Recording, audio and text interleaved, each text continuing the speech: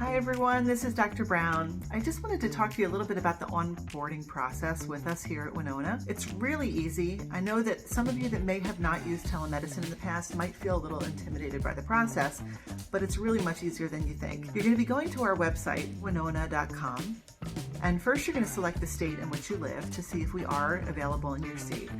From that point, you're going to put in your demographic information, your address, contact information, and then you're going to get to our onboarding medical history questionnaire.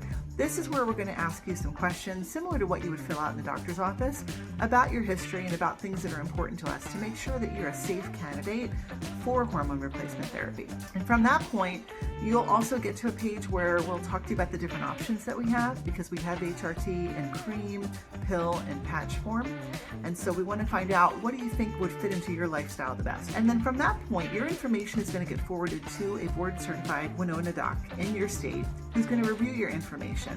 Now, the really important thing I want to tell you is that if you're the kind of patient who really wants to talk things over before anything is ordered and before a prescription is entered, there is a section in the onboarding at the very end where it'll ask, do you have any questions or concerns that you want to discuss with your doctor? Please fill that out if you do have questions. Don't leave it blank, because we want to make sure that you have all your questions answered and that you feel comfortable moving forward. It's really easy. In fact, I'm one of our patients as well as one of our doctors.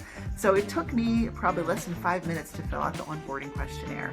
And then once that happens, your information will get forwarded to a doc, and it's really easy and quick to go through the process.